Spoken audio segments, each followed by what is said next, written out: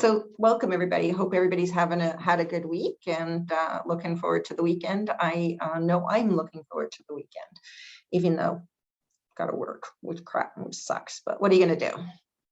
So one of the things I did send everybody back the assignments. I didn't. So one of the things I hope I hope the person who submitted it put it into it. So I am facing a little bit of a challenge in the sense that when I want to send emails out, I can send it to people who are part of the large group, but I can't like send it to parts. I tried deleting it and that wasn't quite working the way I was hoping to do it. So I'm hoping the person who submitted it can let the group know of all of their all the marks on that one.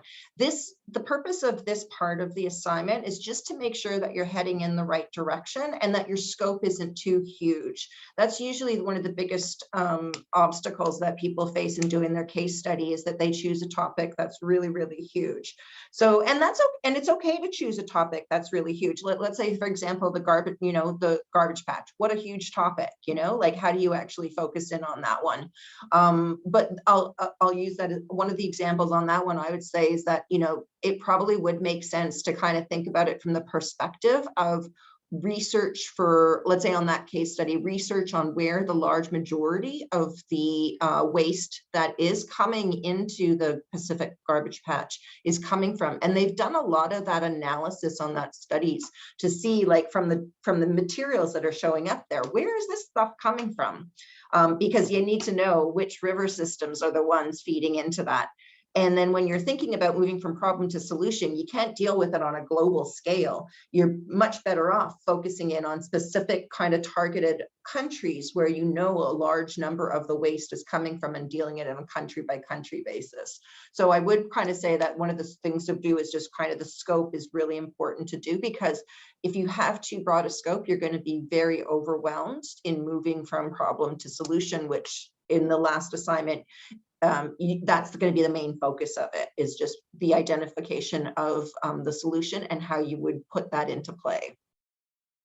But you're all doing a great job on kind of identifying the resources you need, thinking through the structure for what is it that you need to understand to be able to communicate to others the case. The only other kind of suggestion I would have is making sure that your references are giving you a wide variety of perspectives, that you're not choosing only references that agree with the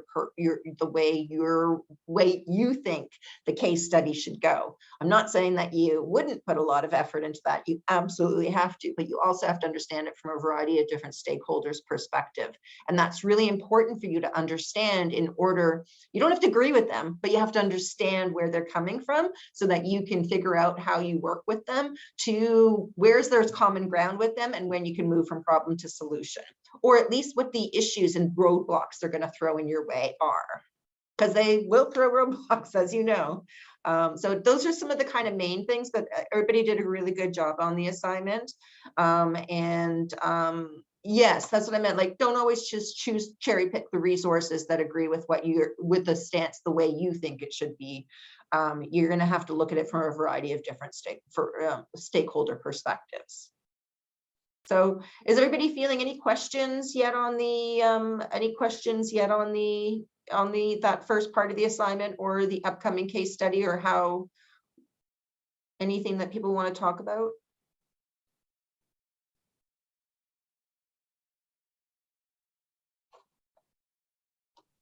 I haven't checked the Google Doc, but did you assign presentation dates? No, I haven't. I have to do that. I have not done that. Okay. That is a good point. Totally blanked on that. I will do that this weekend and send an email out. Thank you for the reminder. Okay. So everybody's okay with the case study? Would people like a little bit of time during this class with discussions in their group for the case study? Would that be something that's of value? Couldn't hurt. All right. So I think I'm going to dedicate the last hour to that.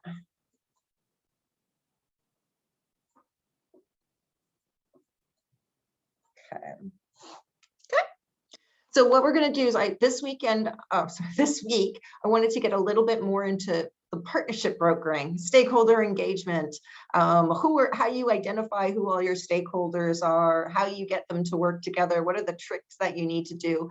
And before we get into any of that, we're also going to get into a little bit of the discussion on how do you pick your battles.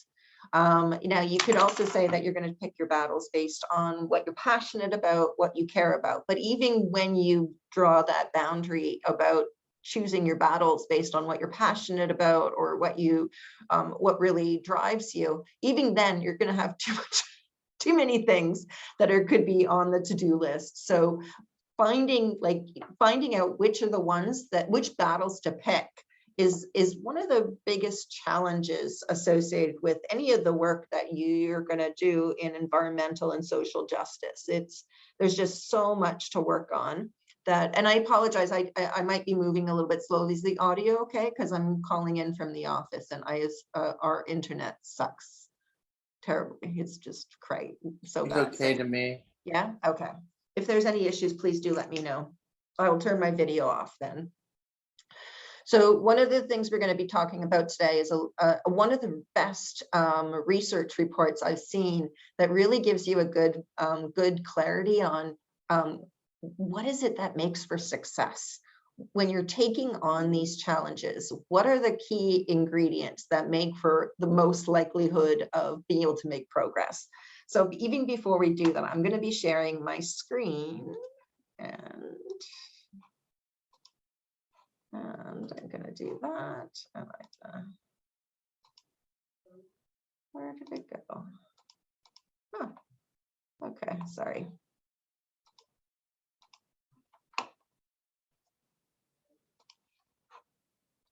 Sorry, 1 sec.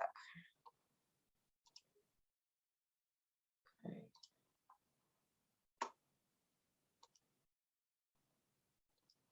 Oh, right, I get you. Okay.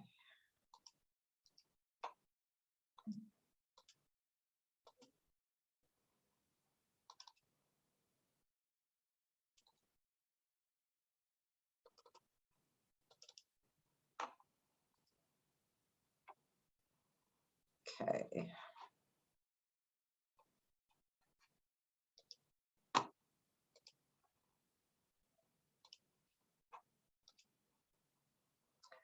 So I wanted to really highlight now, as you know, I overdo it on links in the PowerPoint presentations and not expecting you to go to all these links. But if there's any report, I would really encourage academic report that I would really encourage you to actually take the link and read. This is probably one of the most helpful ones. But it really does give a clear indication of what's the criteria that leads to success. So I'm going to send, I'm going to put I should put the URL for where you can download this right now. Let me just get that actually. That was in the PowerPoint, so I will get that afterwards. But this is one of the best reports. So I highly encourage you to read it, but it really does a fantastic job of looking at all of the criteria, looks at a whole bunch of different environmental justice interventions and identifies which are the factors that make the most likelihood of success. So it really looks at kind of like you can see in the first one, if you are able to forge coalitions with local or state governments or kind of, again, bring the governments in point, that's a real good reason why you would want to kind of take that in, because you've now brought in a number of the key decision players that you're going to need to work with. And you can see if you can if you can get the government, the state of, especially the level of government that's most likely to be making decisions and have them engaged in this, that is a really good thing. And that's a really good variable for success. So you could say, like, with regards to it, one of the key areas that that's really also important is that, again, you have organizations who are the local organizations who are going to be there engaged with you and who can drive coalitions on this approach. If you don't have any local partners in the NGO, civil society, public health, that's something that you really need to kind of put some effort into in order to create the variables for success that are most likely to be the case.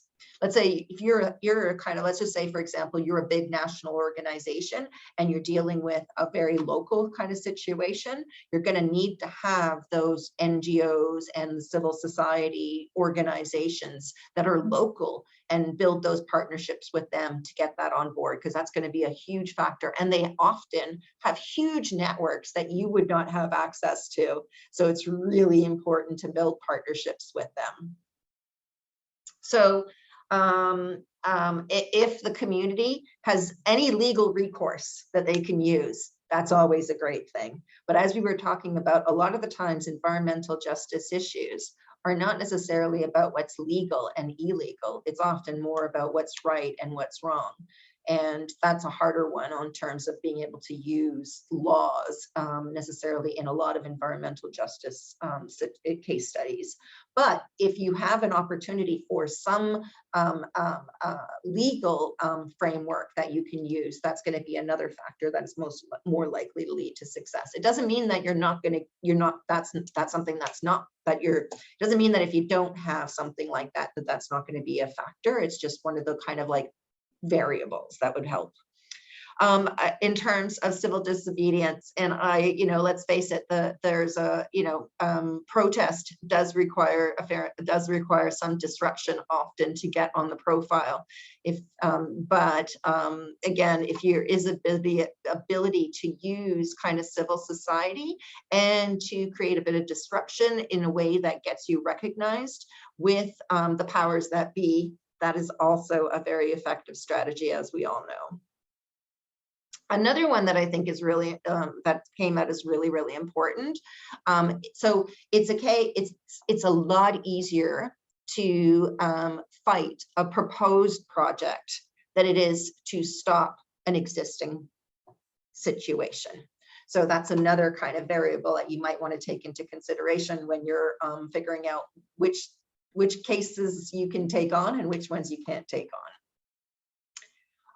Where industry doesn't have a counter mobilization, industry is really often very, very effective at using their workforce as their intervention, that the company wouldn't be the one who is challenging some improvements or interventions. They would possibly be using their staff or their employees in that framework. And that's been used as a very, very effective intervention by industry quite a number of times. But if there isn't a counter mobilization, then that's something that you can kind of, that you can take as a success. If there is a counter mobilization, it doesn't necessarily mean that you can't take or you shouldn't take that one on. It just means that you really should better understand how that counter mobilization is taking place, the value proposition for it, and how you might be able to bring that into the stakeholder group and in a way that builds consensus as opposed to animosity. Gabe. Hi. Could you maybe explain a little more detail what counter mobilization would look like, and how you would evaluate? Is that something you can evaluate in advance when looking at a case study if it's going to happen, or you would only know after it happens? You would know it probably. I mean, you would always know that you would probably want to kind of think about it, even if the industry doesn't have counter mobilization in place at this moment in time, you probably would want to put yourself into their headset so that you could understand what kind of counter mobilization might they try to use against the solution that you're trying to get common ground on. So I'll give you an example from you find a lot with the Trans Mountain Pipeline.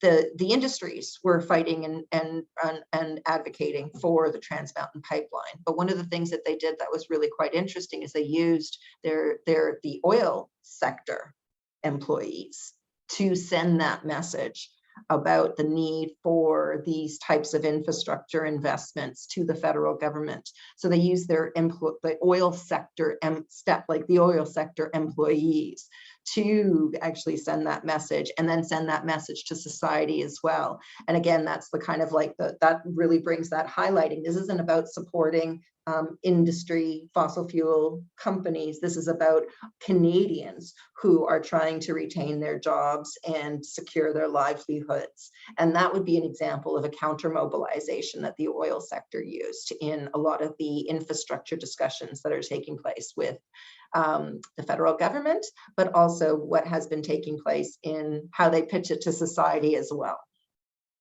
That's one example.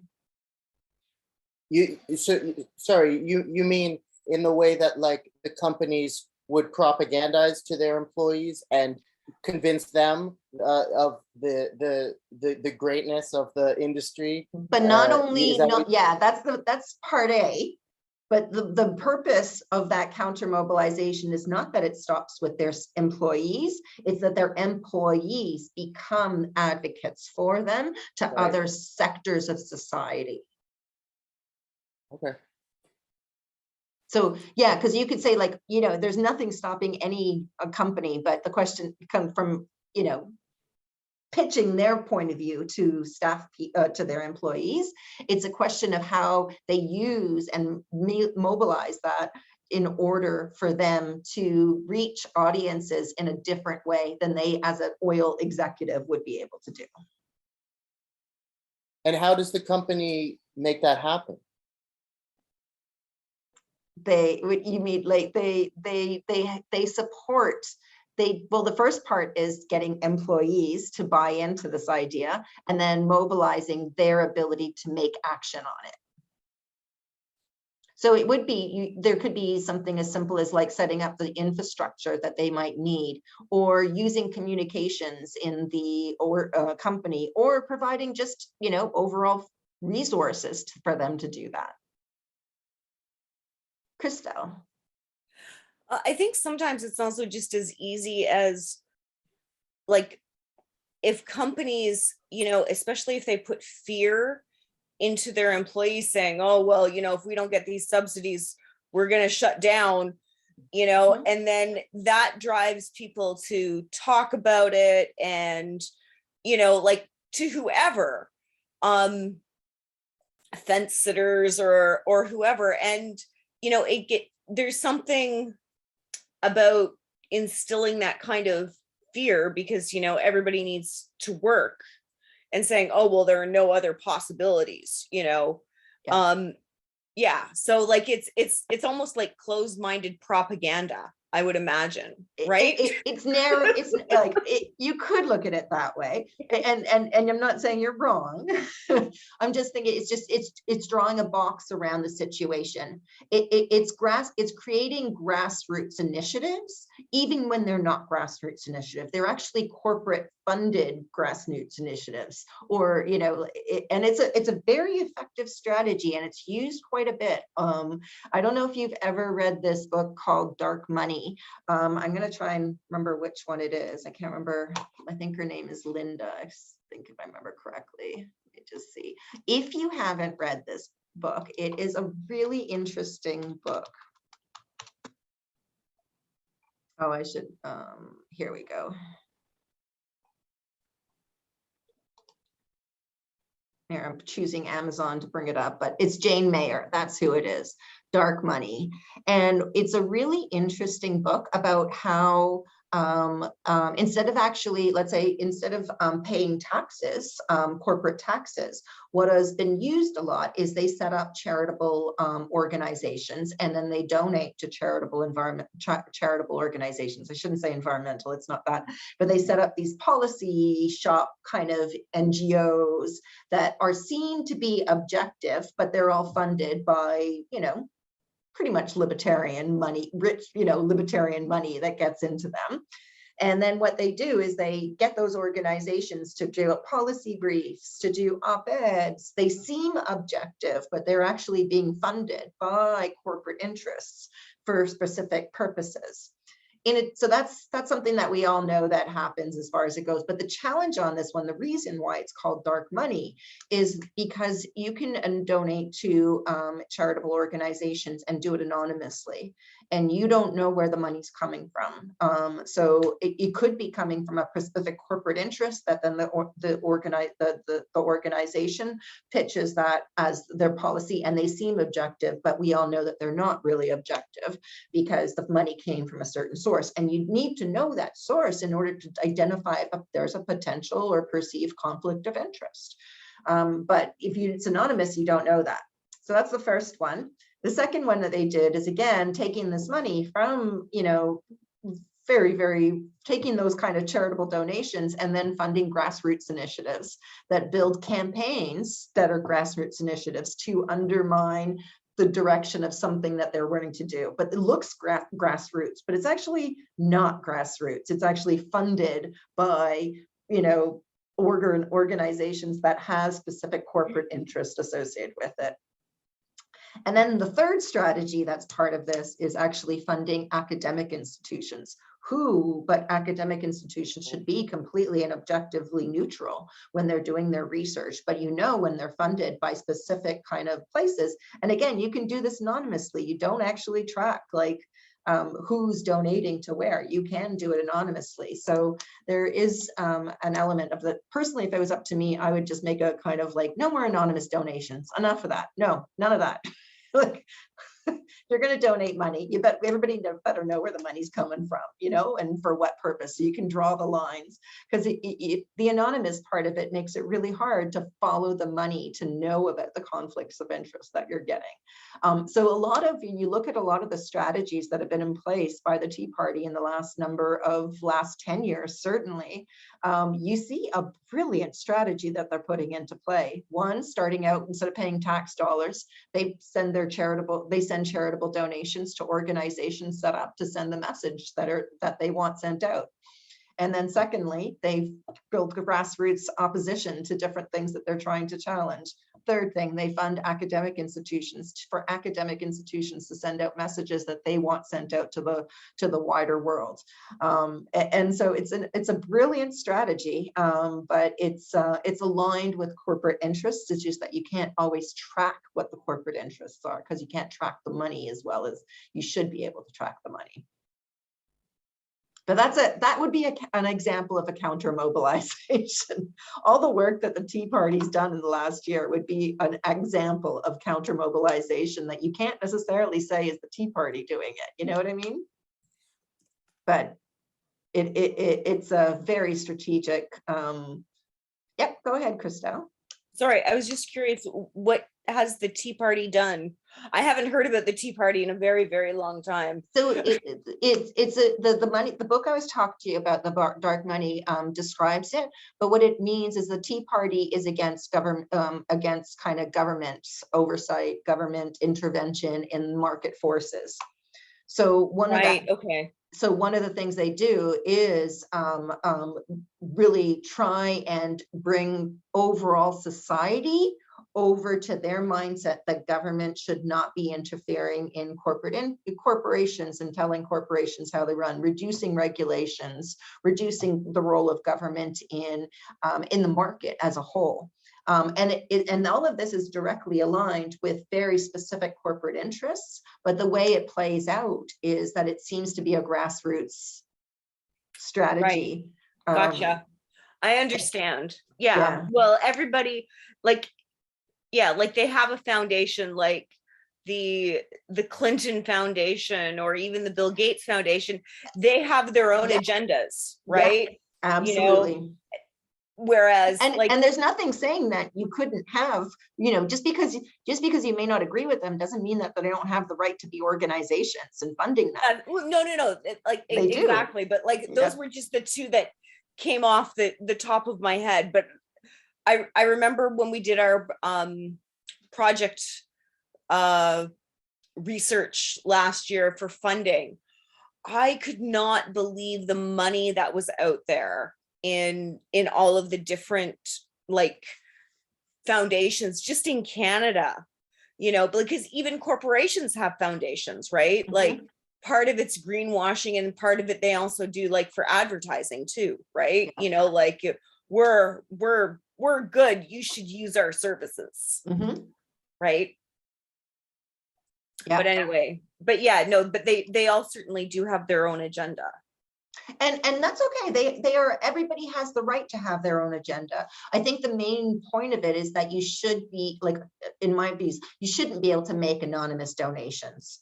That I think is something that is a weakness in transparency in civil society as a whole. So right now you're able to, it's not, I don't think you're allowed to do this in Canada. Actually, you are allowed to do this in Canada too. But it is something that's a little bit of a loophole, I think, in how civil society has their dialogues. And if we, I think that would probably be like, you could say like, oh, you'd be hurting charities if you had to make it so that you had to identify where the money came from and people couldn't donate anonymously. And that might be true. There are people who probably wouldn't donate if they couldn't donate anonymously. But it is, I see it from my own personal perspective. I think it's a lack of transparency in the system. And I think that that lack of transparency creates weaknesses in that dialogue that happens in civil society. I mean, this is only my own one opinion. It's kind of like, this is worthy of a debate in terms of should the anonymous donations be allowed to charities? What's the pros and cons? It's something that we could probably have a little bit of a debate, but my kind of take on it, when actually this would be a fun debate to have, is again, I think that yes, it does mean that you might hurt some charities. But I think that the transparency goal is something that we should all, that is more important than the financial implications associated with charities not receiving anonymous donations. Yeah, it's an interesting one. It's an interesting question, but it's something that I think we're going to have to, as a society, we're going to have that conversation. And again, there's nothing wrong with it. Like, there's lots of people that donate to more left-leaning foundations. And, we would never have like, if you're left-leaning, you're like, oh no, that's okay. You're just not allowed to donate to right-leaning organizations, and that you can't have. But it just means, to me, I think that moving forward, calling on transparency or improving transparency is going to be just as critical a component of moving forward on social justice and environmental justice into the future. And I think that anything you can do to improve transparency will improve environmental and social justice outcomes. So don't think of it as think of it as one of the tools in your toolbox. Remember when we got into the conversations, it's like, seriously, why does anybody even take on these social justice and environmental justice issues, considering how hard these things are to take on and win and make progress on? And mainly because we have no choice but to do that, because there are so many challenges and issues that we're facing. And if we're not going to move from problem to solution, then seriously, what hope do we have? But I'd say another kind of key component of it is that, the fairness and the fairness is something that's a really strong human nature drive. I would say that also the kind of need for transparency, it is hard for anyone to challenge calls for transparency. You know what I mean? It's like, it is a kind of like, fairness and transparency are values that usually most people can agree on. And those are good. And that brings us back to this kind of conversation on this, and we'll get into this when we get into the stakeholder ones, but I have found nothing more effective than when you're dealing with a broad group of people with different perspectives, is taking the time to think about the values and principles that you all could agree on. And so like, if you're going to be saying like, oh, we all agree that we should try and improve transparency, that is really helpful to have like the top 5 principles that everybody in the groups kind of like, you're going to values now and principles, values and principles. And when you can find the values and principles that the group can agree on, when you inevitably reach that moment in time in the stakeholder process where you're getting conflicts happening between different stakeholders, and I'm not saying that once those conflicts will happen and they're not the worst thing in the world, and they actually absolutely have to happen, even if they're uncomfortable. But when sometimes it gets into the circular argument and no one's making progress and you can see the whole thing deteriorating, you got to have something to call on to say like, all right, everybody back up. We're in the pit right now. And we're swirling in this toilet bowl pit. Let's step back and let's kind of think again, why are we all here? What do we all agree on?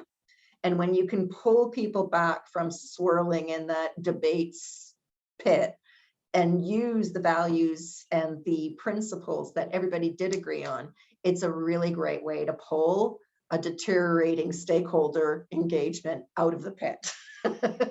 So you got to have those strategies for when things are not working out and you got to regroup.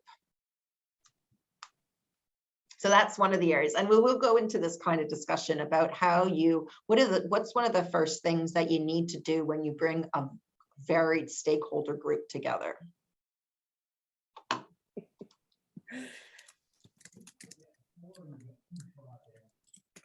Okay, so yeah, like if you're a charity, do you make donations? If you're an NGO, can you get donation? I don't know. I'd have to check that for sure.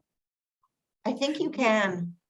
I think it's the rule that I know certainly in the United States that you can get donations and you don't actually, it's anonymous whether you're for a charity or whether you're not for a charity. Charities would have the higher stringencies in terms of the requirements on them. NGOs would have less. All right, so, okay. Strangely enough, and this is something that I was quite surprised at, water quality seems to be an easier fight than air quality. And I think that's largely because, it's easier to identify to a specific location. Air quality moves a lot more, even with the water quality being the situation like a river, the water doesn't stay the same. It kind of like the effluent would end up going further away. But certainly water quality is a lot easier to tackle because it tends to be a more localized issue and it stays there more so than air quality, which is like here and then 3 hours later, it's another community's problem to deal with. So these are just some of the kind of key things I really wanted to share with you because it really does, like there's so many things that are going to be coming your way and you're going to have to say no to things. And that is really, really hard to do. So you need to know exactly, what kind of screening tool are you going to use to pick your battles? Because you're going to have to say no and it's going to be hard to say no. All right, so I'm going to stop now. I highly encourage you to read that one. It's in the, I'm going to throw it actually right now while I have this here. Sorry, I'm not allowed to minimize and I only have one screen here today. So I'm going to have to send it into the chat later on, but I will send that into it. Any questions on that kind of thinking on what kind of think or screening process you might want to use on which battles you might want to fight, or any questions on that one?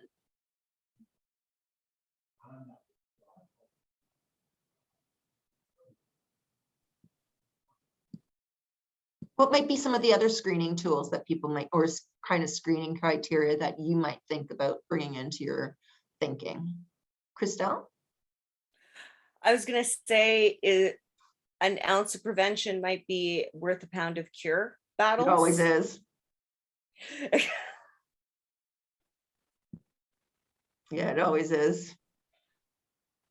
And keeping in mind, that's one of the reasons why if a proposed project is a much easier hill to die on than, and I don't want to use that saying, more likely to be successful than fighting an existing project, right? Because the infrastructure is already set in place. There's employees, there's a whole bunch of different things that you're going to be factoring. But so keeping that in mind is one of the variables. It doesn't mean that you wouldn't take it on, even when you think it might not be, the variables don't think that they're likely to lead to success. But if you have a really engaged community and a really engaged civil society of organizations who are in the community who are really taking this fight on, and those are really important criteria for success.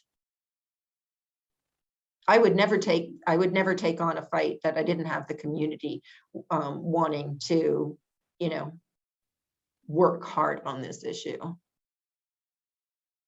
Like that to me would be the first criteria. If I didn't have that in play, then chances are I'm not going to pick that as the battle to fight. Does anybody have any kind of examples of what they've kind of done on how they've made their, you know, picked their battles on which initiatives they're going to undertake and which ones they're going to have to say no to?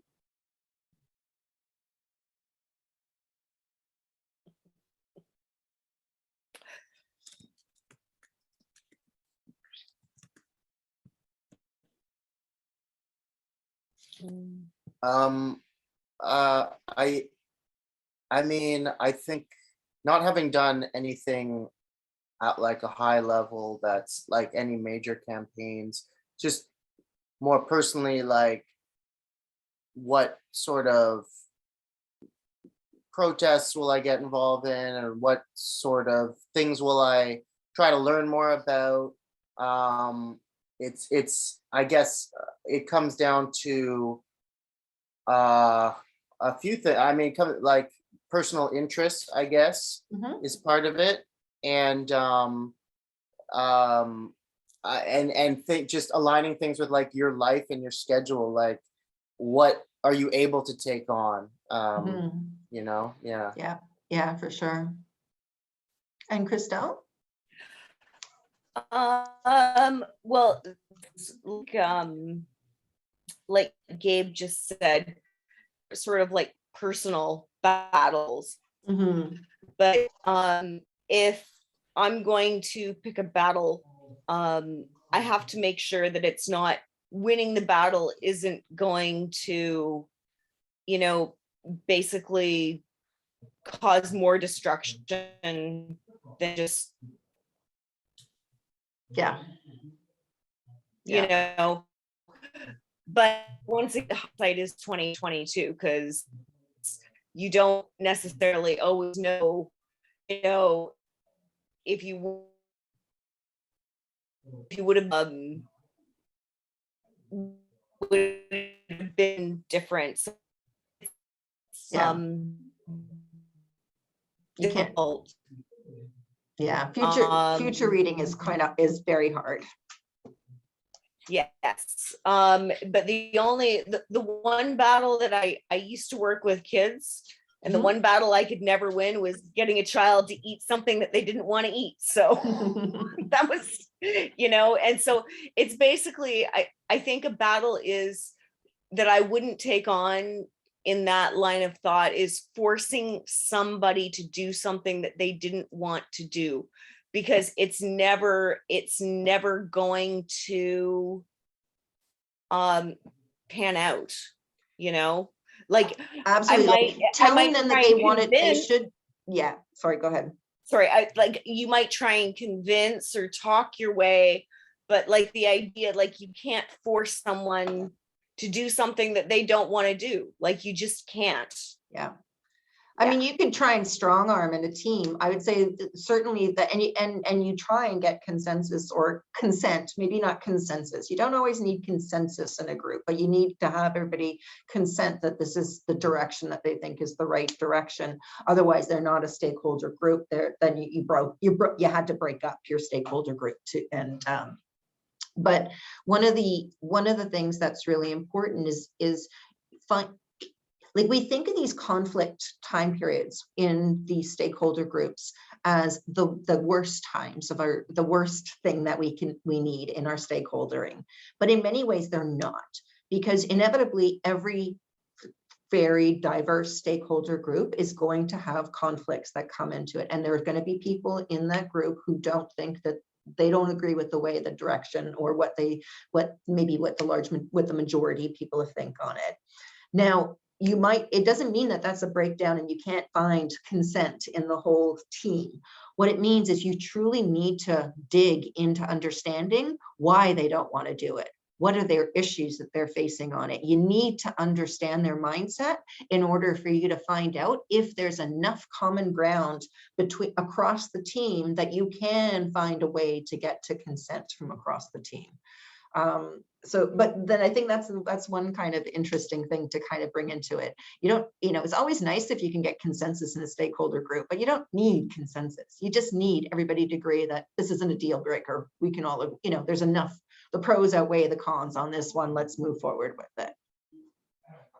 Rebecca. Yeah, I'd just like to add on, I guess, to what has already been said. I think for me, with kind of like, obviously not fighting a losing battle would be the approach or like the strategy. So obviously in our heads, we're like, it would be much better to live in a world where maybe we didn't have to rely on oil or mining, but our ultimate goal is not, okay, we're going to shut down the mining industry, because now we're fighting a losing battle, because we're not considering the fact that other people are benefiting from it. So it kind of sucks. Obviously, we know that mining is not the greatest thing, but aiming maybe a little bit like building blocks. So maybe we can start by looking at different practices rather than saying, okay, we're going to shut down the entire industry and protest them, which is still fine. We can do that. Which is still fine. It's going to be due, but you can see that you're going to have a bigger fight to shut it all down. I know, Jeremy. Exactly. It's just so tricky, because you do know that other people are saying, well, it's good for this, this, and this, but we don't exactly agree with that, because again, there are stakeholders, like you said, and it doesn't mean that like nobody's going to agree on it. It's because it's based on who benefits, right? So yeah, that's just like strategies, really. And then it's kind of balancing out the benefits and the harms that take place. Lacey. Yeah, just kind of adding to what Rebecca just said. For me, like I had a hard time finding research about one particular thing, because I was looking for a more holistic point of view, especially when it comes to like waste management. And even though some sources talked about certain aspects of, mitigating and controlling waste, I didn't feel like it was something that could last. Just like, for example, they would use just one form of source. And so they would constantly rely on that source, just like, let's say, fossil fuel. So it's pretty much replacing one material, one mineral for the other. And it's gonna come to a point where we're gonna use all that resource, just like we did with fossil fuel. So yeah, for me, it's just kind of finding more holistic ways, more long-term sustainable ways that we can deal with the issue and not substitute one thing for the other and end up back in the same place. A classic example of this one, I'll use an example of that, is the coal phase out in Ontario. And Ontario's done a fantastic job on phasing out coal. But the way they've done it, which is still very reasonable, you can see exactly how this played out. So they had about 25% of electricity generation was done from coal. So they turned a number of those coal-fired power plants into either pellets in Northern Ontario. So like in Thunder Bay, the electricity generating station is using biomass in terms of forestry waste. And then they also moved towards natural gas.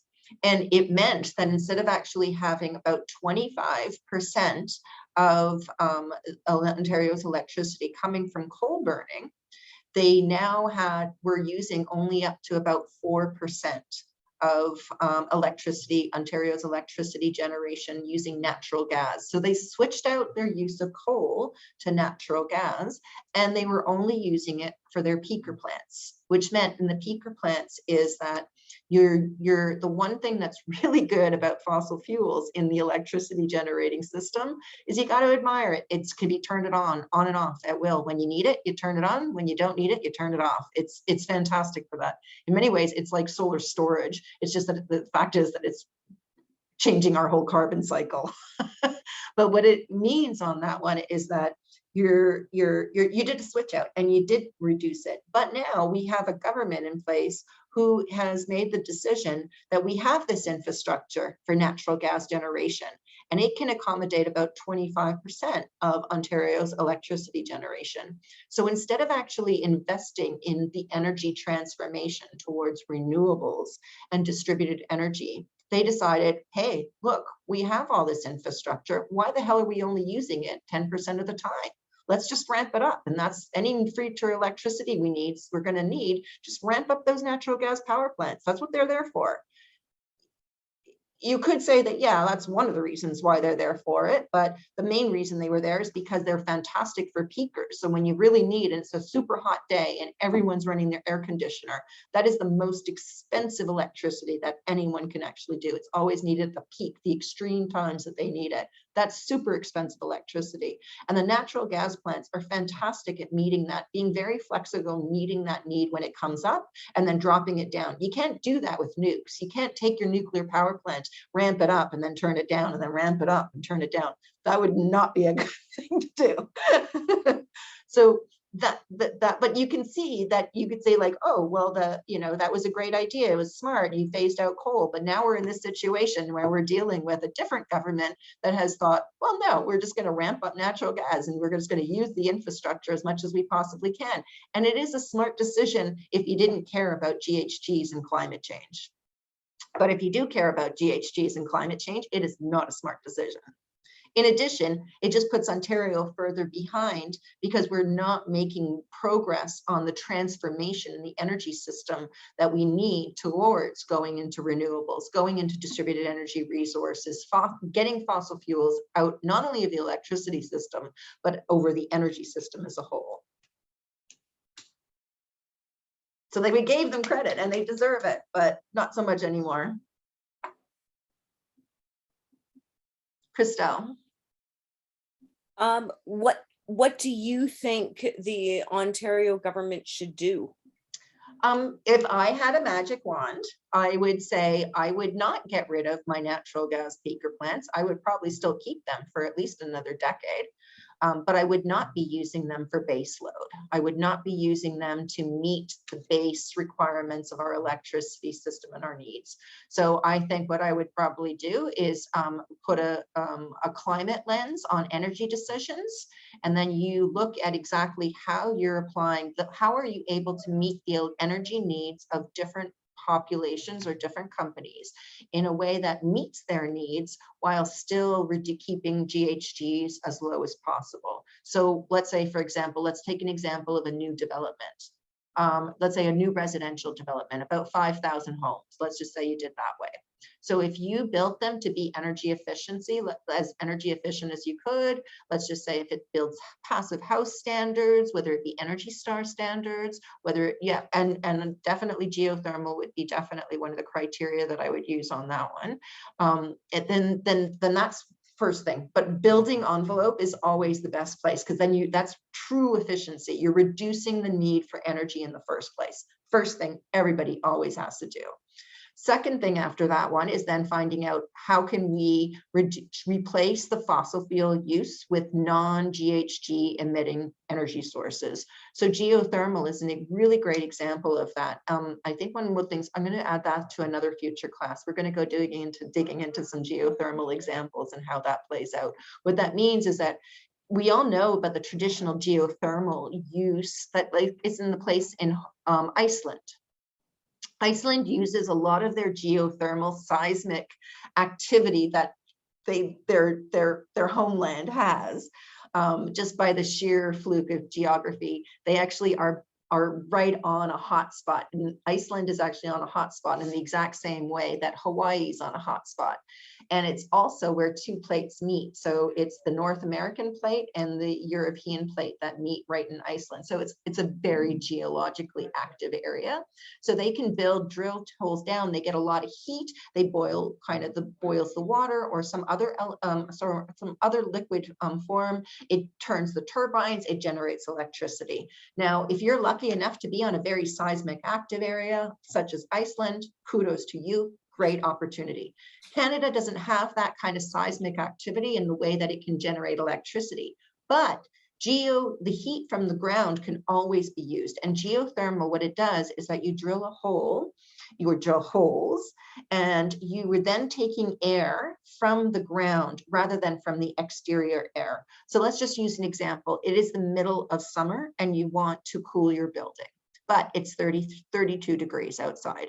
So what happens under a normal air conditioner, you have to take the 32 degrees Celsius air, cool it down all the way down to whatever you wanted to do, whether it be 20, 22, whatever it is, bring that into your home. So that's a hell of a heating differential, right? Well, let's just say, for example, you are taking from the ground and the air temperature in the ground is at 6 degrees Celsius. You now actually just you don't have any cooling to do. You're taking air and now you're just using a small component of that heat. You use a geothermal heat pump. It brings the coolness from that air into the building. Same reverse, it does the reverse in the winter time, right? Like it takes, again, instead of taking from -15 outside, it would be taking from 6 degrees underground, because the ground temperature always pretty much stays the same regardless of the year, depending on how deep it is. So what that does is that you're using the heat pump to be that kind of thermal, do that magic formula that heat pumps do with taking heat or removing heat, or just moving heat around the building, and then using that to eliminate fossil fuel use. It's a really great technology, and it does mean that you can use geothermal even in areas where we're not seismically active like we are here. We're not seismically active here in Ontario. Okay, so I got off to a tangent. I'm sorry about that. So all of this conversation was all about how to kind of do some teams. So we're going to go into a little bit of sorry, I'm going to just change my screen share now. I am going to start digging into some examples here. All right, so this is sorry, I gotta put this into that. So this is just this is some of the top level stuff, but I really encourage you, like, check that research report. It's really helpful. And sometimes I find a lot of the times I'll have to read it every once in a while just to remind myself of it, to keep like, okay, how do you figure out what you say yes and no to? So we're going to do a little bit of discussions on stakeholder engagement and partnership brokering and some of the tricks of the trade on that one. But really when it comes down to it is like thinking about moving from problem to solution. When you're thinking about it, you got to identify a solution you aim to advance. Like you're going to actually, what am I going to do about this? Now you can't always solve, like sometimes it would be solving the problem as a whole. Maybe sometimes you just need to kind of make some early wins and solve a small little piece of the puzzle. Get that early win, build momentum, and then move forward onto the next intervention that you want to do. So in some ways it could be like, oh, shutting down this landfill. That could be, and once you do it, that work is done. Or you could be something that's like, okay, we're going to have to do this in pieces to make it like, we're not going to get to our end destination all at once. You kind of develop a work plan for it. How do you kind of, who's going to need to be involved? How much money you're going to likely to need for it?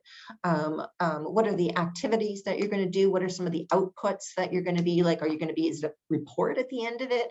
Is there some sort of research report? Is it some sort of intervention? So what is success going to look like for you? And then you develop a plan for how to kind of move towards that destination that you have. Then you kind of identify, where am I most likely to encounter resistance? Identify those resistant points, and then how are you going to deal with them? How do you facilitate team building and teamwork is something that we're going to focus in on today. Monitoring and tracking of progress, that's really, really critical in terms of how you're kind of like the pieces of the puzzle that should be part of your moving from problem to solution plan. And then also on that one, how you're going to monitor and track and evaluate what's worked and what could be improved upon, because that should be part of any kind of intervention that you do. So I always encourage you that when you kind of get to it, brainstorming is a great way to, first things first, in your corralling of your stakeholder group or your team, I really encourage you to get to know each other as people. If you don't have, you gotta get everybody to kind of see each other as human beings.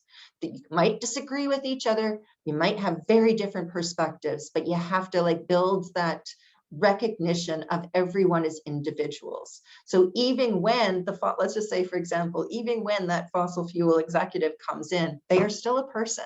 They still are, like even if like it might probably eventually be on the most powerful person on the team in terms of the influence they have many a time. And that's something your team's going to have to learn to deal with and actually find interventions in place to address.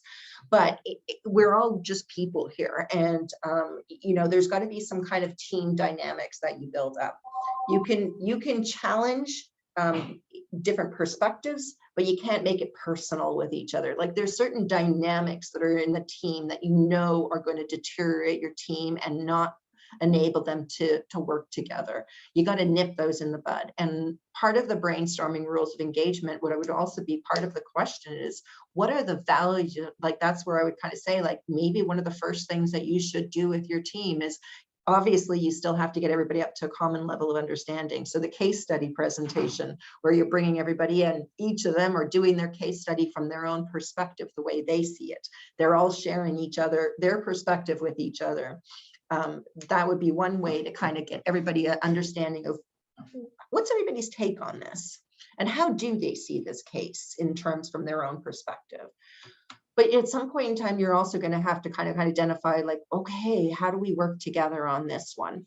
And then from there, I always really encourage people to start thinking like, as painful as it is to start high level and the principles and values, that everybody can agree on, I really encourage you to spend a little bit of time with your team right at the beginning to come up with some sort of like motherhood and apple pie sort of commitments that you make, because that is going to be critical when you reach those painful points in the team's work, where you're going to have to go back to that and you're going to have to like check in and say, remember, we all agreed on this. Is there somebody who feels now that they no longer agree to these values and principles of why we're all here?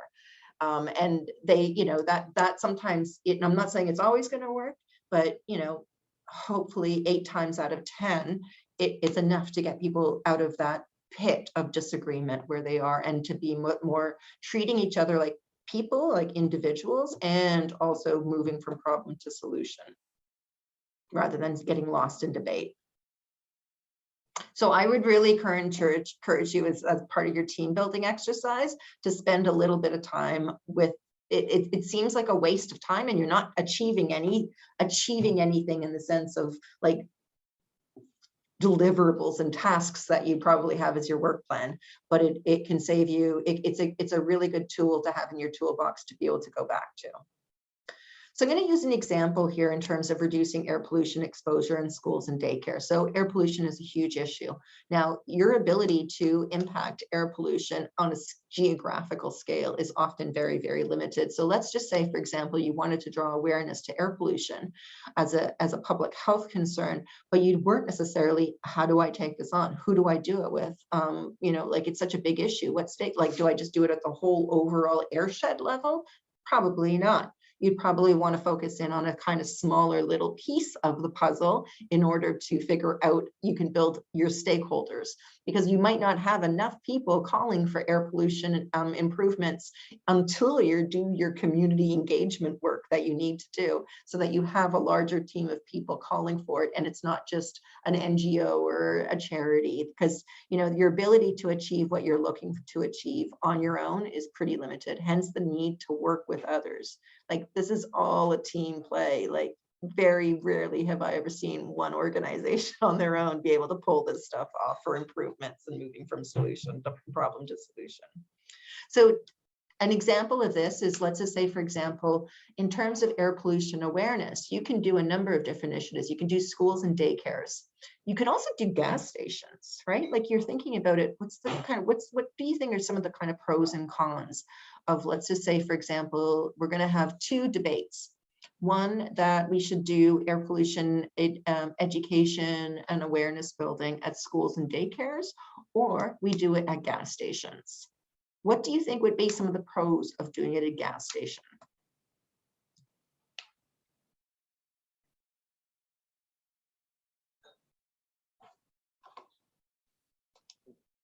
The presence of the problem is evident, the smells at a gas station.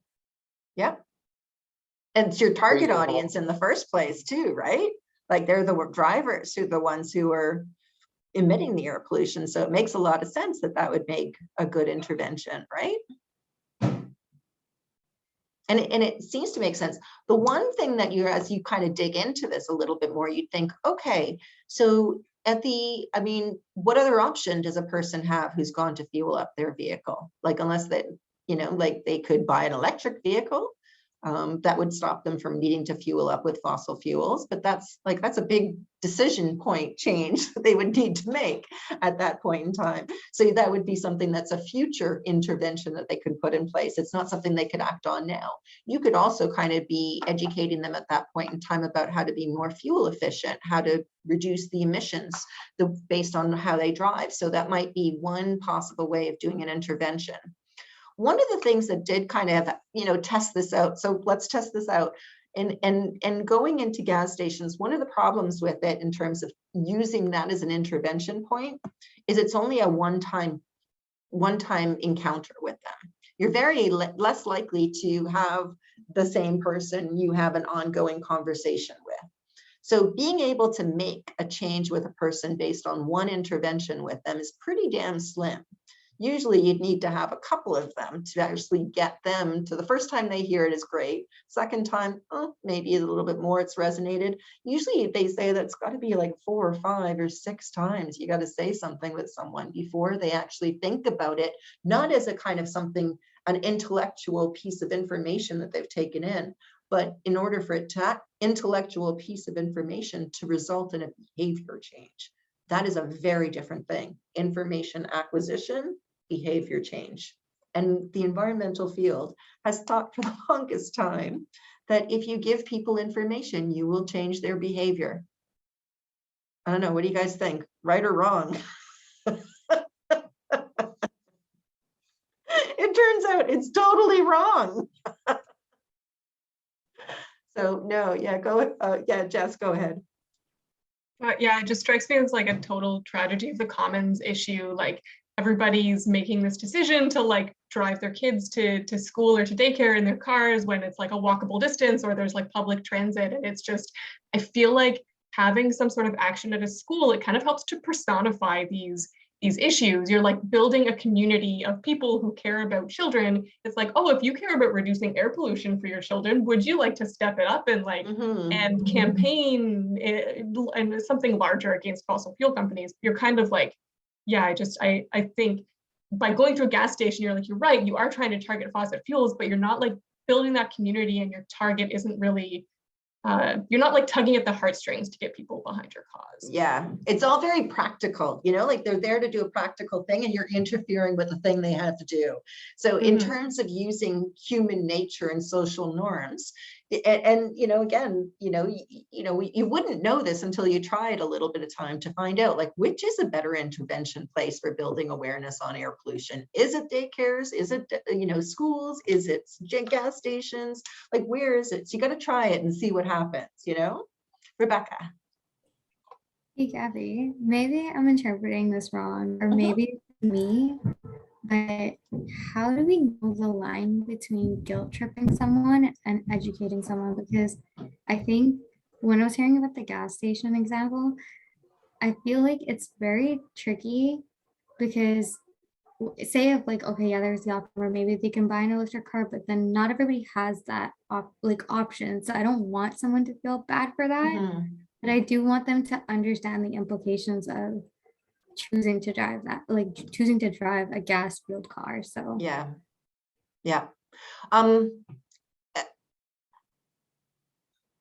It's hard to know. I mean, there's definitely some information sharing the purpose of the information sharing is guilt tripping. I think that we know, each of us know enough about human nature that guilt tripping often doesn't work on its own and change in terms of changing behavior, but social norms. And, this is where I think there's a difference between guilt tripping as an individual and then changing social norms. And guilt tripping as an individual is something that all the research has shown us that doesn't really change people's behavior. But changing social norms and getting people, we're herd animals, right? We are, like, it's inevitable. We all think we're so damn independent, but we're herd animals. So one of the key things is that you can use, why fight against human nature? Why not use human nature and work with it? So I would say one of the good things about the reason why schools and daycares has emerged as a way better way to have air pollution interventions with people is, one, it's directly, it's personal for them. Their kids go to that school, the kids go to that daycare. So it's about their own children, which is something that is very important for human nature, to know that it's personal. So then that's one area. The other one is that it's their people that they see on an ongoing basis. So you're using the social norms and fitting in and changing what is an expectation of what it is to be pro-social in society, and using that to drive the intervention change. And that is a far more effective use. And social norms and fitting in and using the herd to change behavior is going to be way more effective than any guilt tripping you can do. In addition, it's going to be more effective than the one-off interventions you might be able to encounter with some people. So it's a kind of like bringing in the psychology and social norms into your intervention decision making. Which one are you going to do? Anything that enables you to use things that are reinforced by human nature is something that you should prioritize. Thanks, Gabby. That did help. I can understand where that comes from. Yeah. And I think Jeremy was saying, I think guilt tripping could also be perceived based on their own resistance. Can you explain that a little bit, Jeremy? Oh, I think, yeah, you could say that they're trying to guilt trip me, but you're just using that as an excuse not to change your own behavior. Exactly. Yeah. Gotcha. Great. So that's an example. So here's an example of how a lot of interventions for air pollution have taken place on schools and daycares. And then you kind of bring this into it. You're looking at it like helping them identify, where is the school intake taking place? Because I know that we've gotten some mobile monitors, air monitors at schools, and you would be shocked to see the increase in NOx emissions during drop-off for kids, drop-off and pickup time. And you'd think that, people wouldn't even notice it. People don't even notice that they're sitting there idling as their kids just walking right by them, and breathing and kids are walking by them and breathing them all in. But when you point it out to them, they're like, oh, I'm sorry, I didn't even realize that, right? So it's a matter of helping them understand, build their understanding of their own activities and the impact it's having on someone that they know, cause and effect. If you can pull that cause and effect together, you're going to have a lot more success. Krista. I am one of those people because I know Ontario has an anti-idling law, and I have no problem informing people of that. Yeah. But in some ways, I remember when we were doing trainings for students to do this, right? Because you don't have the capacity as an NGO to do a whole bunch of anti-idling initiatives at schools and stuff. So you have to train the students to do that type of work. And they're really good at getting changes in behavior. But I did have to kind of do some retraining on a number of them who came out guns a-blazing, just making people feel terrible for something that they weren't even aware that they were doing. You know what I mean? So, and I remember pointing out to some folks is like, if you came at me like that way, I don't idle, but I think I might start. So I always kind of really encourage them, that, you kind of want to give people the benefit of the doubt. You want to assume the best of people. You don't go in there assuming the worst. So they might be thinking their heads off in somewhere else. They've got a whole bunch of work that they have to get done. They didn't even think about it. They're just picking their kids up, and all they really want to do is just get their kid and get back home and do what they need to do. But if you walk over to them and kind of point out, it's like, you might be kind of sidetracked or anything, but just wanted to let you know that there's an anti-idling bylaw. If you can turn your engine off, because the exhaust is going right into the schoolyard. You could be, I'd say 99% of people is like, oh shit, sorry, for sure, I'll do that. And then you get one person who's the asshole, of course, in the whole scheme of things. But there's always that, but you don't have to win everyone. That's fine. And you let the social norms, and then that's where you could use the kids to do that, pointing out to them. But you want to kind of use your intervention assuming the best of people, and not starting out with the worst, because that's where you get that kind of animosity and butting heads and guilt tripping kind of coming in. Not that I'm saying you're doing that, Christelle. I don't believe that you would be doing that. I might sometimes.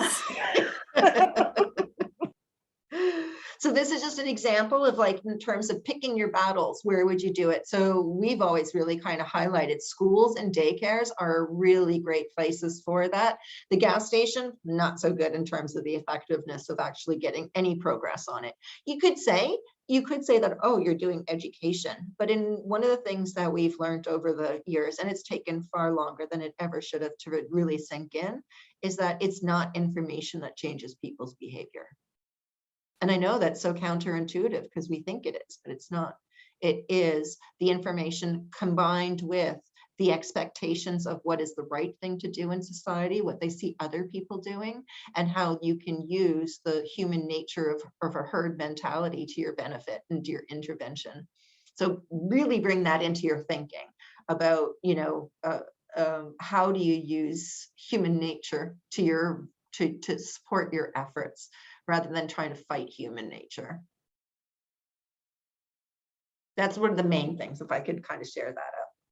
So I did want to do a little bit of new information on fracking. Now, one of the strange things, and I'm using all of you as a little bit of a test case, because I'm trying out some new ideas that I want to try and play with too. But one of the things I remember our last class, we got into a big discussion about Indigenous populations and their ability to be more connected and to see the connections in society a lot more.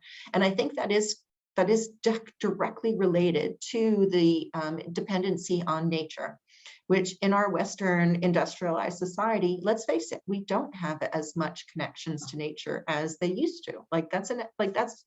We go to a grocery store to buy our food. We do not hunt and kill our own food. You know what I mean?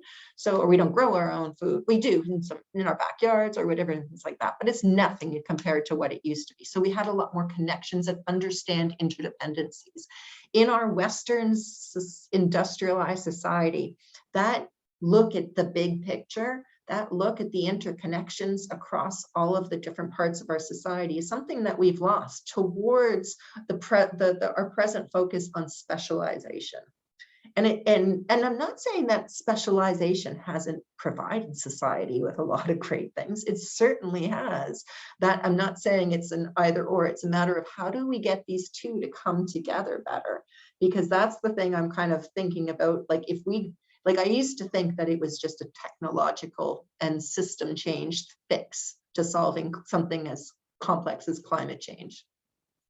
And the more I'm giving it some thought in my life, I'm beginning to realize that it's not just a simple technological solution, that it is a kind of mindset combined with and that's where I think I'm kind of thinking it comes together in terms of the interdependencies, the connections, the feeling of responsibility and dependency on each other. And there is also the technological solution, the specialization. Like humans have done some amazing specialization. I was thinking about we landed a satellite on a comet, on a moving comet. Like, you've got to have a level of specialization to pull off something like that. So I'm not saying good things don't come out of specialization, but I'm thinking that the two kind of coming together is almost like a marriage that we need to do, which is almost maybe a little bit of the next evolution in humanity. I don't know. That's something like it's something that I kind of have been playing around with, and I wanted to kind of test out with all of you as well on that one. But give it some thought, and we're going to have a little bit of a breakout group on a future class on this topic.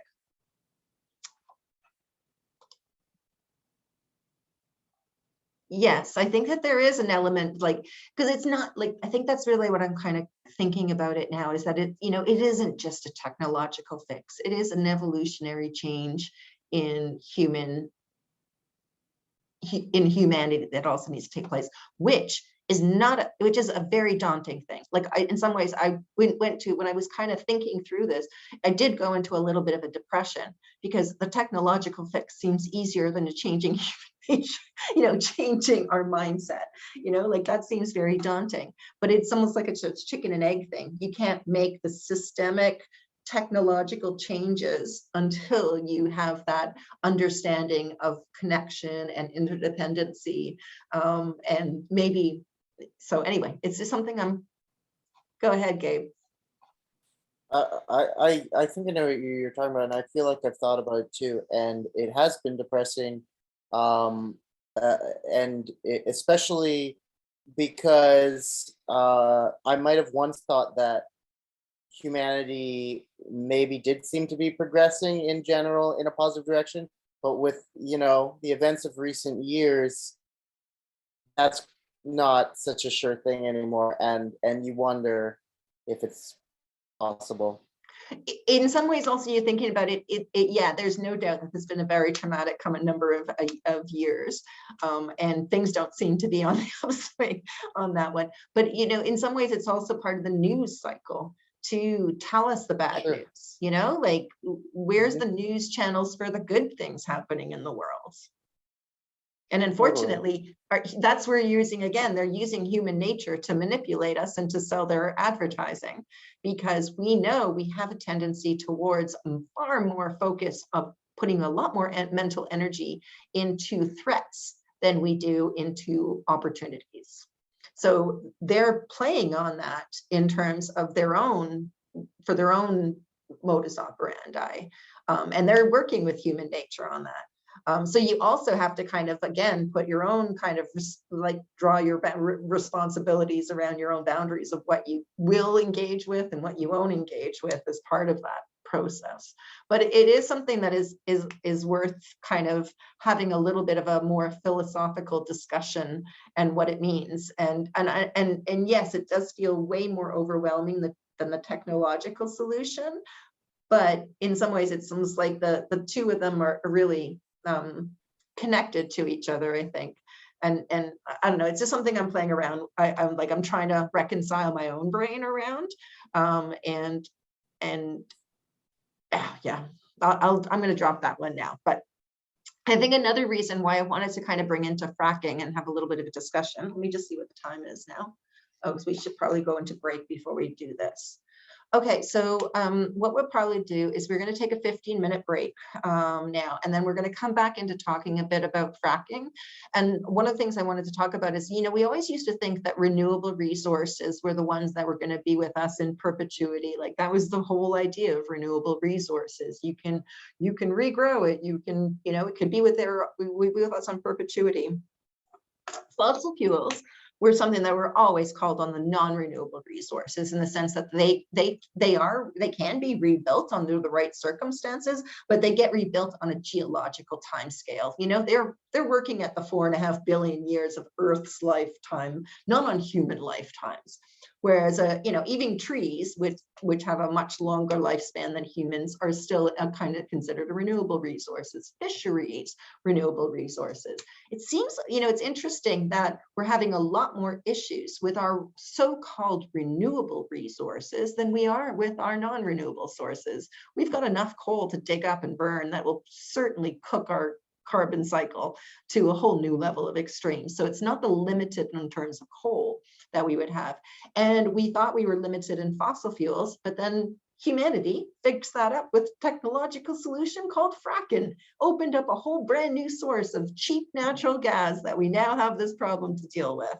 And it was a new technology, and then it opened up a whole bunch of new supply to it. Now we're dealing with a situation where we've had crazily cheap natural gas for the last decade. That's probably not going to be the case moving into with all world situations being as they are. But it is one of the areas. So I did want to kind of highlight, I don't know if any one of you are Battlestar Galactica fans, but I always got a kick out of it that in Battlestar Galactica, they use fracking as their swear word. And I thought, oh, that is great, because I think future generations will look at fracking and think, how did our society let this happen? No checks and balances in the system in terms of what they're putting into the groundwater, all of those different types of things. But we will get back into that conversation when we come back from break. So in addition to fracking, we are going to be talking a little bit about partnership building. But I did want to kind of find out from you, sorry, let me just stop sharing. How are we doing for groups?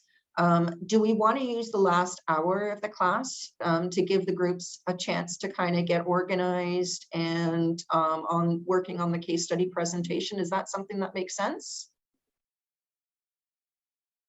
Okay.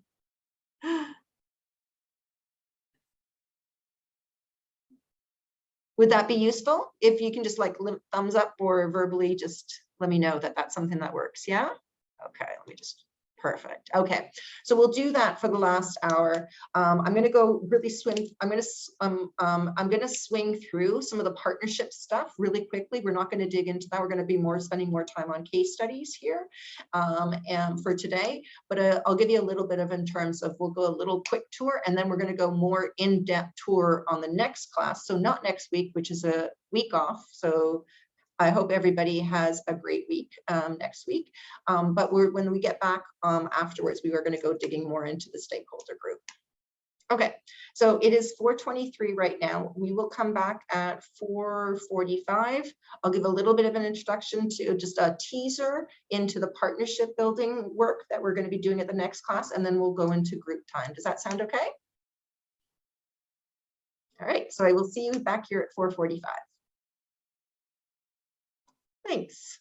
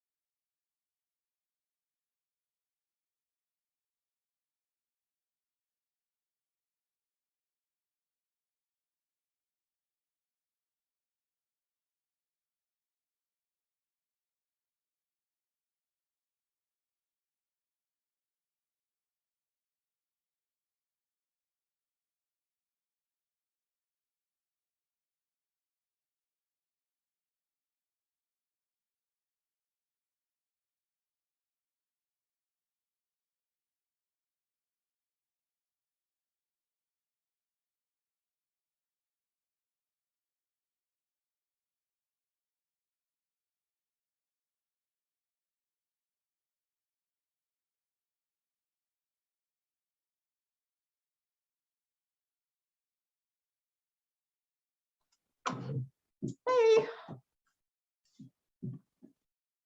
Hey there. All right, so I'm going to go into a little bit of, we'll go into a little bit of academic blah, blah, blah for a bit, and then we're going to break out into groups.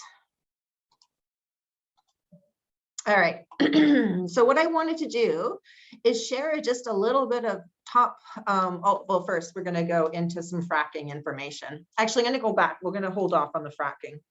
We are just going to go right into partnerships, and then we're going to do fracking next week or the week after or anything. Oh, I should ask one thing before we dig into it. Are there any groups who volunteer to go first in their case study presentation to the class? If there's any volunteers, I give an extra mark. So it's out of like 25 points, it's 12 and a half points. You're guaranteed at least one if you volunteer to go first. Oh, do I see someone volunteering to go first? No, Okay, no. so you could let me know if there are any volunteers and to go first. Just send me an email, and then I will take that into consideration when I do the pulling of the hats and for the class. And then I will send an email out to everybody tomorrow on which one they got. But if you can let me know if you're willing to go first in the first week, I meant like just week number 9. If you're willing to do that, then great. If no one is, we can 10, 11, 12. Yeah, we're doing 10, 11, 12. So yeah, it's week 10, 11, 12. So we can do that as well. So keep that in mind. Okay. So just if there's any volunteers to do that, that would be helpful. All right. So one of the things I did want to kind of go into, you were talking a little bit about partnership building and everything like that today. And it doesn't mean that you need to have partnerships. If you can get what you need to get done on your own, by all means, get to it, go for it. It's just that when you're dealing with complex problems, your ability to do it unilaterally with just you as an individual versus you as an organization or anything like that is pretty damn slim. So you're going to have to work in partnership. So one of the things I really encourage is there's this line of thinking or leading practices on how you manage partnerships. And if you are interested in that, partnership brokering is the term that is used. And there's a lot of training and resources that are out there that you can use to help build capacity for your partnership brokering skills and how you can bring that into play. I honestly think it's going to be an extremely important field. I mean, it's already a very extremely important field, but moving forward, as we've had these conversations over and over again about what is it going to take to move from problem to solution, that team building, partnership building is critically important in every intervention that I've heard about or ever been involved in. So I did want to highlight, don't get so caught up in the words on partnerships. I remember a lot of times, you know, when you use the word partnership with a government entity, like some of them freak out, right? Like they're like, oh my God, partnership. And you're like, I didn't ask to marriage or anything like that. Honestly, it was just a word that we use because it means just it could mean a whole bunch of different things for an average person. But let's just say you're using that partnership word with a government entity. They're going to think actually that it's like a very rigid, structured legal agreement. And that could lead to the first conflict, or, you know, because what you're thinking of a partnership and what they're thinking of a partnership could probably be very, very different things. So it's always very good to clarify, what do you mean by the partnership? So be careful with the wordings that you use with different stakeholders. That's probably one of the first things. And always be clear, even when you think that it's pretty darn straight that partnership doesn't mean a legal agreement that we, you know, that we all sign on the dotted line for or anything like that. It means us working together. Just be clear when you're having discussions with different things, different entities, that definition might be different. And it's always really good to clarify what you mean by them and what they think that means by that. So just wanted to kind of throw that out there. Wording, as much as we think it shouldn't matter, does matter. And it can cause some very different situations that if you're not clear about what your definition of the word is and what their definition of the word, it can lead to a lot of mixed communication. So in terms, oh, I'm sorry, I was realizing my headphones aren't on. You couldn't even, how are you even hearing me? Was it still picking up? The audio's fine. Oh, that's so No, weird. it's fine. I didn't even actually, sorry, feel silly. I did want to kind of highlight different types of partnerships, and then these are just some kind of definitions that might be good to kind of bring into the discussions with those who you're trying to bring into the team. So some of the key attributes of effective partnering, really, when it comes down to it, a clear understanding. I really do think it's really important for, again, that's the first one, some definitions on some words, like things like, you don't need to go into too much detail in terms of like, what do you consider a strategy? What do you consider an action? Like, you don't need to go into too many details on that one, but the clear understanding of what's this group going to be trying to do and how they're going to be working together, that's really good to get down and discuss with the team and then document in order for everybody to be on the same page and that assumptions aren't undermining the group dynamics. You always want to kind of take, try and take individuals kind of into consideration. There might be certain things like the time, like you just want to kind of make allowances, better understand each stakeholder's limitations, boundaries, those types of things, and saying it out in the open. Sometimes you might have to, ideally, it's always best to have that discussion in terms of what are each of the stakeholders' limitations, boundaries, deal breakers. What would be their deal breakers in a partnership or whatever you decide to call it? And then kind of documenting that and having that discussion in an open, non-judgmental way to better understand where each, how each are able to bring to the team and what the limitations that they might be able to bring to the team. It's going to take a while before you get to co-creation. There's a lot of work that goes before you get to the co-creation component of it, but that's always where you're trying to get to, where it's kind of not necessarily one leading the effort and forcing other people down the road. Very rarely works, but it's a matter of kind of how do you get as much co-creation as possible on that one.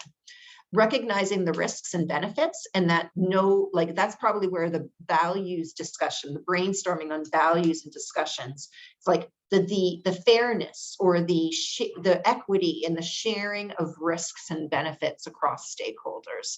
How are we going to make that decision?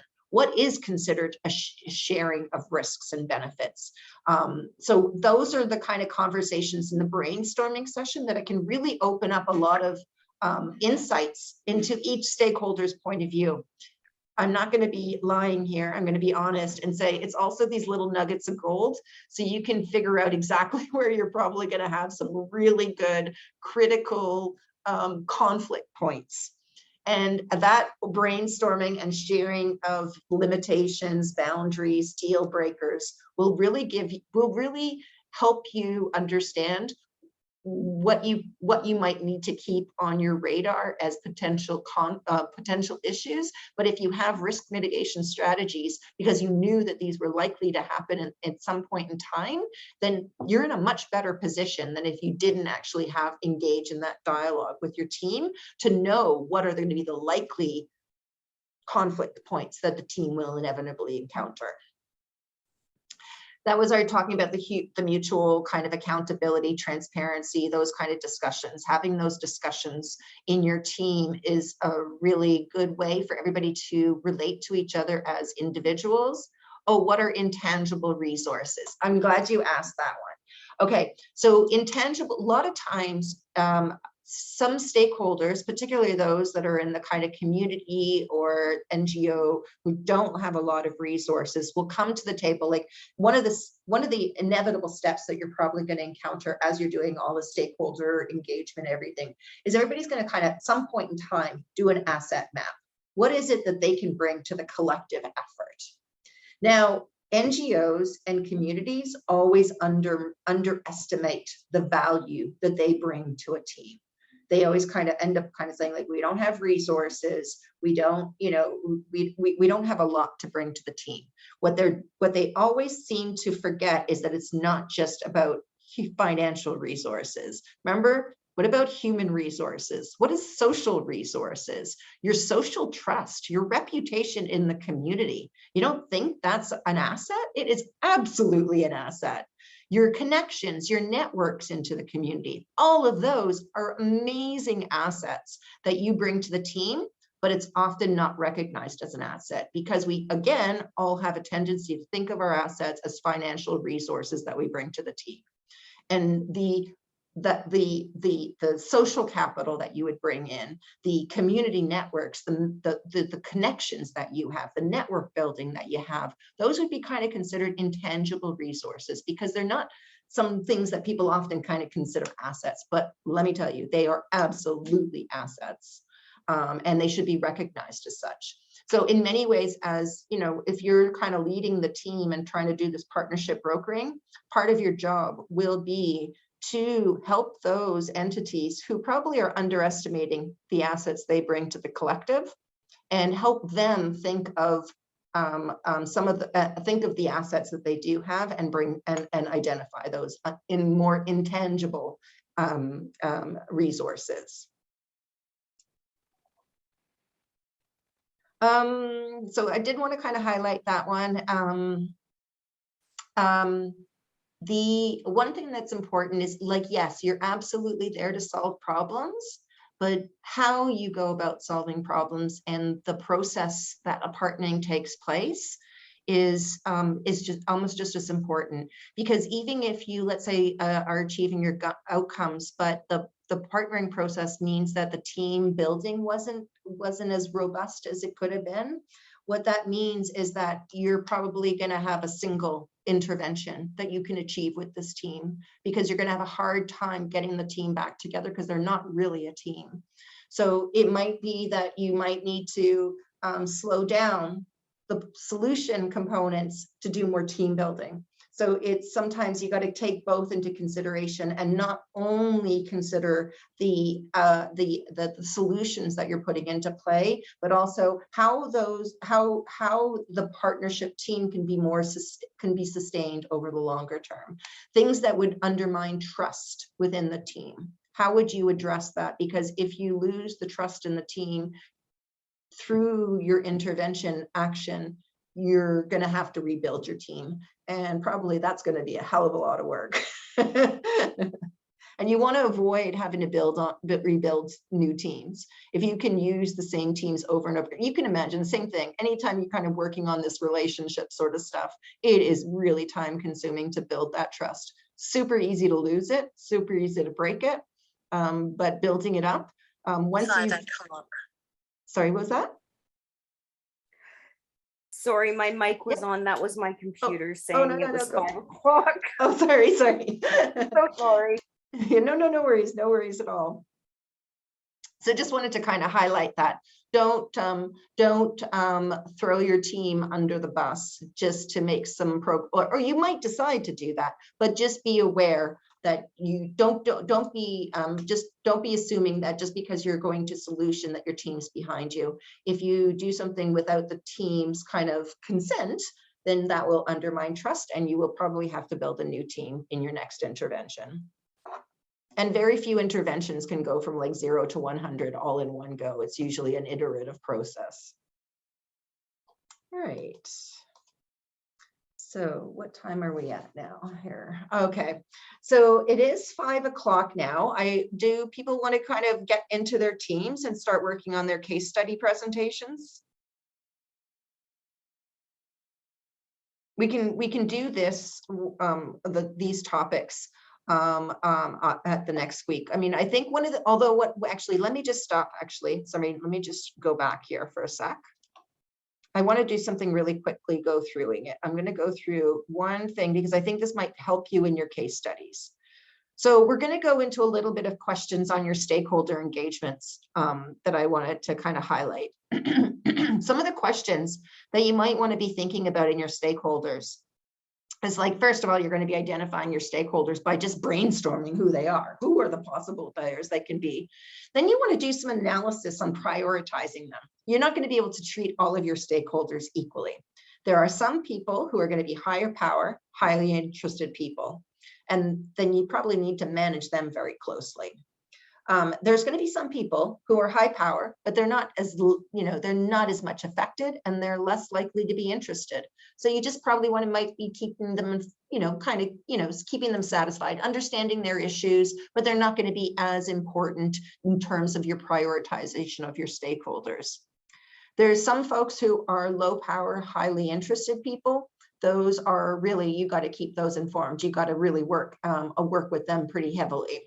There's some folks who are low power, low interested people, and you could change this around. You could say high power, highly impacted people. You could turn it around and say high power, but less impacted people. You kind of think that there might be some correlation between impact and interest.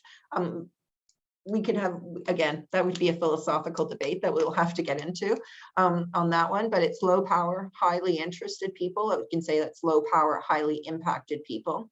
Usually the high power, highly interested people are the ones who are slated to make money off an or making money off an endeavor, or planning on making money off an endeavor. And they're very powerful, so you got to watch. Those are definitely ones that are, you better understand, keep your friends close and keep your enemies closer. The folks are often who need the most help are often the low power and highly impacted people. Those are often the ones who are, probably the ones that you're most likely to be working with out as closely as possible on those ones. So, you want to kind of think about it from the perspective. We're the high power, highly interested and opposed to what you are trying to advance. Those are the folks that, yes, if you have those enemies, that's something that you got to kind of take into consideration on this one, understand their issues, see if there's a way to address them. And if there isn't a way to address them, because there is no middle ground that's going to be possible between what you're trying to do and what they'll agree to or what they'll consent to, then you got to build your army. You got to build the your support team who will be able to engage in dialogue in a way that can address their high power, highly interested approach that they're going to bring to this effort that you're involved in. So it's very good to kind of like highlight these stakeholders in these different ways, because that will, how you deal with each of them will vary, and you won't be able to treat all your stakeholders equally on this one. So some of the questions that can help you understand your stakeholders, and this will help you in your role-playing game as well in this one, like what kind of financial or emotional interest do they have in the outcome of your work? Is it positive? Is it negative? What motivates them most of all? What information do they want from you? And what is the best way with communicating with them? What is your current opinion? What is their current opinion of your work? Is it based on good information, or is it based on their assumptions that they're bringing to it? And then generally, who are the people who influence their opinions? Who do they trust? Because you got to know who the people trust, because you might be able to use that for your benefit afterwards. Let's say they may not trust you, but if there's others they trust, then you might be able to kind of work with those folks to see what role they can play in helping to build more consent across the team. Yes, and profits are one way. So maybe there's a way, like the question comes into it, if profits are their main motivation, let's just say we'll use an example of dry cleaners, right? They're just trying to make a living. They just want to make money, but they're using some really toxic chemicals. So is the use of those toxic chemicals directly related to their profit? Yes, the present course of action is that they are using chemicals that are making them a profit. Do they do it because of the chemicals? No, they're doing it for a service. If there's a different way they can meet their needs of their service without using toxic chemicals, they're not invested in the chemicals. They're invested in the cleaning of their product. So being able to separate that out, because fossil fuel companies, I don't know, I'm beating up on them quite a bit, but so what? They deserve it. As far as I'm concerned, but like they'll kind of come out, and you've seen a fair amount of greenwashing that they've done, where they were trying to tell society that if it wasn't for them and their fossil fuels, we would all be in caves, and we would all be cooking our food or eating our food raw, because we wouldn't even be able to cook it, for crying out loud. As if their product was the only way we could meet our needs. And keep in mind, we don't care about what is giving us the energy. We care about getting our energy needs met. It's just that the system has fossil fuels as the way to meet that system, as our needs. But as an average individual, I don't care whether my heat for my home comes from electricity or it comes from fossil fuels. I mean, I do as an individual, but let's just say the average individual doesn't care, right? So if you can meet their needs of the product without causing the environmental harm, you're in a much better position than telling someone that they need to do without that need. And I think one of the problems we've had in the environmental field is that we haven't sent that message that it's always about taking, like, it's kind of like that we haven't fought that message that we're going to be going back to the dark ages and going back to the caves when fossil fuel, if we don't use fossil fuels. And the fossil fuel companies have used that messaging. It's kind of like the bad boyfriend and girlfriend, you know, the one that tells you that you'll never find anyone who loves me the way that I love you. And you're like, oh God, I'm glad I getting out of that relationship. You know, fossil fuel companies come out with their advertising is like, you're never going to stay warm if you get me out of your life. And I'm like, it's creating a false dichotomy and a false choice. But it's a simplified choice that people don't always wrap their heads around. So that might be part of your job, is to help them wrap their heads around that. You know, we think we're invested in fossil fuels. We are not. We are invested in keeping our house warm and our house cool, or, you know, getting to and from different locations. The mechanisms we use are not something that we're invested in, but meeting those needs is something that we're invested in. So just a little bit of the different way to think about it. Did want to highlight let's see. If they aren't likely to be positive, what are the mechanisms that you can use outside of like trying to finding the people who they can trust? But you might be thinking there might be other ways to kind of win them around, or find other as stakeholders who are going to be more influential in holding back their resistance. How would you manage their opposition if you can't win them around? And who else might you be able to kind of bring into the team to help those stakeholders bring those stakeholders closer to consent? So those are some of the kind of things to take into consideration. And I wanted to get to that because I think that it helps when it'll help when you're doing your role playing. All right, so I'm going to stop that. Everybody's how many groups do I need? Let me just see. I'm going to do 7 groups, I think, because I think there's 2 that are individual case studies. So we don't need to do that. So I'm going to do 7 groups. Does everybody remember their group, or should I get a group number? Or I'm going to get that course. I'm going to get that list out.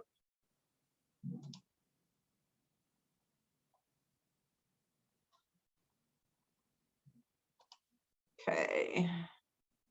So I'm just going to put this in I should have put that in the chat.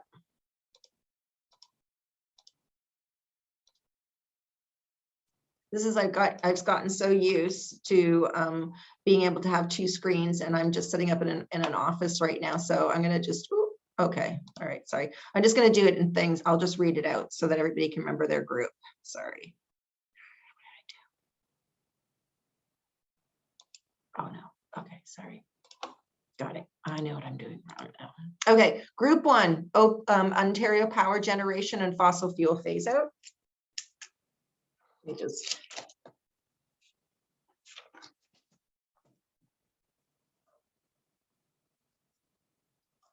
Two is organic waste management. 3 is the Ottawa-Piscat community and De Beers.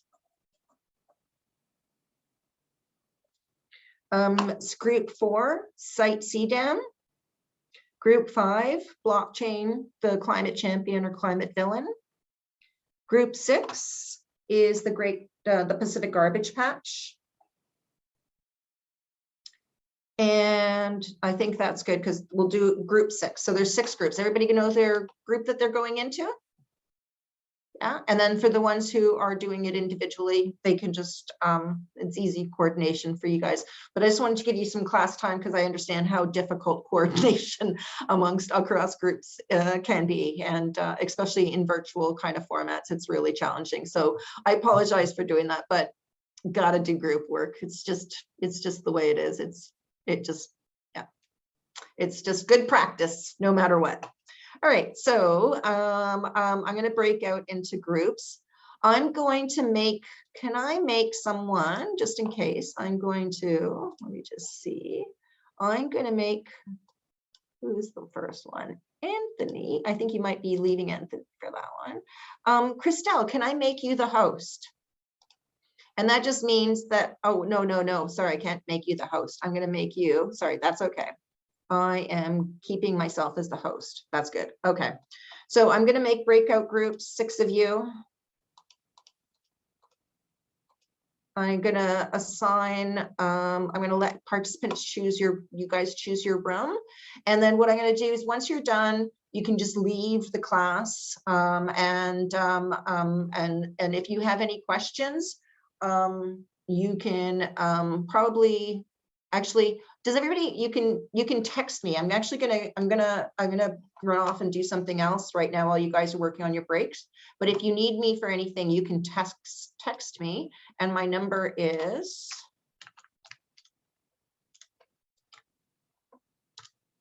right over there. Okay, and then I'm going to create the groups, and then good luck and have a great week. Have a great week. I hope you have a good one. And yeah, don't be shy. If you have any questions that come up, just send me an email. All right. Have a good breakout, good group discussions. All right. Thanks, Have a good week Gabby. too. Later. Take care. Thanks, Gabby. Thanks. Gabby, you too. Have a great week. Thank you. 2 weeks.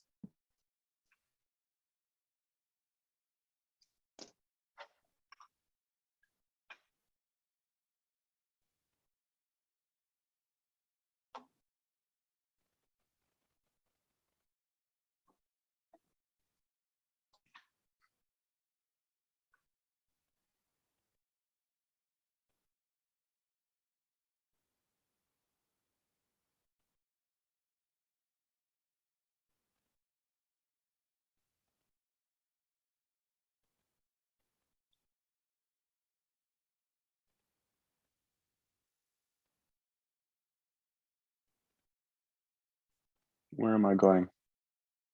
Am I supposed to be going? I haven't gone into a room either. No, me either. Oh, you're on mute, Katie. Thanks. All right. So You're let me welcome. Oh, just. I guess we have to go ourselves. I figured it out. Yeah, Oh. you just joined. So do you know what group you're going into? Do you remember the number? I think I'm 3. Yeah, right. You 3? can also move out another one. I'm just going to confirm up that you're 3. Let me just see what the number is. So I'm logging out of this and going into a whole another room, right? Yeah. Okay. All right. I'll see you then. All right. See you then. All right. Bye-bye. Bye.